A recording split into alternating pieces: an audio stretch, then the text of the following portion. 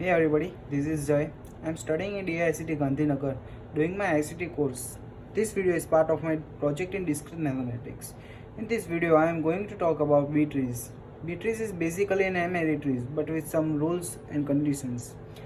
The first rule is that every node must be filled with ceiling of m by 2 children, except the root which can have minimum 2 children.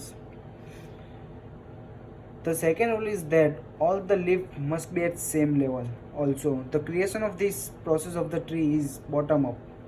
The most important and useful thing about this B tree is that it can directly access and process data from the secondary memory. So some program which contains more data and memory cannot run on the main memory. So they can use this concept. In secondary memory, data is stored in the disk, in which concentric circles are made, due to which the tracks are formed. Let us say 0, 1, 2 and 3. And these pieces are known as sectors. Let us say 0, 1, 2, 3, 4 and 5. And these are known as blocks.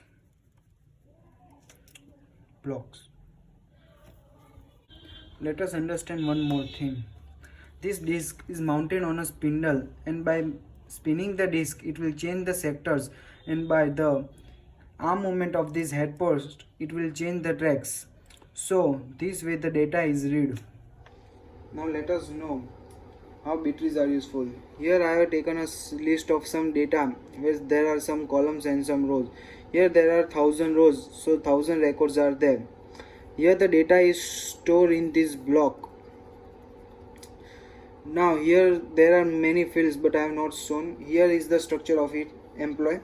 Employee ID is of 10 bytes, name is of 50 bytes and so on. Thus the size of one record is 128 bytes. So the number of data which records that can be stored in one block is how much? So let us consider the size of the block is 512 bytes. So the number of data that can be stored in one block is 4. So 4 records can be stored in one block. So for 1000 records, the number of blocks are needed is 250 blocks. So to search any records, we have to access 250 blocks, which is very much. So we can reduce by preparing an index table. In index table, we have taken a key which is employee ID and a pointer which will point to the data of the particular ID. Now the question arises where to store this index table. So we will store in the disk only. Now let us see how much space it will require. Now the employee ID is of bytes 10 and let the record pointer be of 6 bytes. So each entry will be size of 16 bytes. So the number of blocks is equals to, which is 32. So 32 blocks are required to store this index table. So the total 32 plus 1 blocks need to be searched to search a record. Now if the index table also increases, then what to do? Then we will consider another index table which will contain the pointer of the previous index table. In this, the first key will start with 1 and the pointer will point to the 32 entries of the first index table, and the next key will start from 33 as the number of entries in the block can be 32. So this will point to the another 32 entries and so on. Thus it will decrease the number of blocks to be searched. So let us see this in the form of M-array trees. So here this is the main index and this is the other index.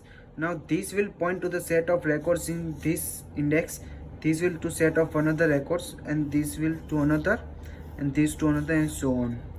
Now if this index is also too large, then suppose this is also too large, then we have to make another index. Now this will point to the set of this index and this to this. This way the M-array trees are formed, and so what B-trees are formed. So if the number of entries increases, then we go on increases the index level. So we want a self-managed multi-level indices, and these self-managed multi-level indices are B-trees. So let us see the node structure of this M-array trees. Now we take a 4-way search tree. This means there are 4 children and 3 keys. Here, this is the child pointer. Here will be K1. This is the another child pointer. This is K2. Another child pointer. This will be K3, and so on. Now, this is record pointer. Record pointer. It will point to the record of the data as we seen earlier. Now, let us see some properties of B-trees. B-trees is defined by some minimum degree t, which depends on the size of the block in the disk. Also, every node other than root contain at least t-1 keys and at most 2t-1 keys. Suppose n is the number of entries, then the height of the B-tree can be calculated from this formula. H less than or equals to log n plus 1 by 2 with the base t. Now let us understand the algorithm of searching in B-trees. First of all, we will take a counter and initialize it with 1. Now we will increase the counter until we get the key at the ith index greater than the key which we are searching for. Now if the key at the ith element is equals to the searching key, then we will simply return the node x and the index I.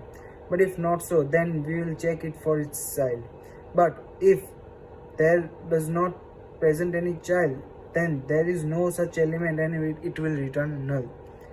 If the child is there, then we will get the address of the child from the disk and again call the function search for its child. So this way it works. Now I am ending up this video, and if you have any queries and doubt, then place it in the comment box. Thank you, and thank you for watching this video.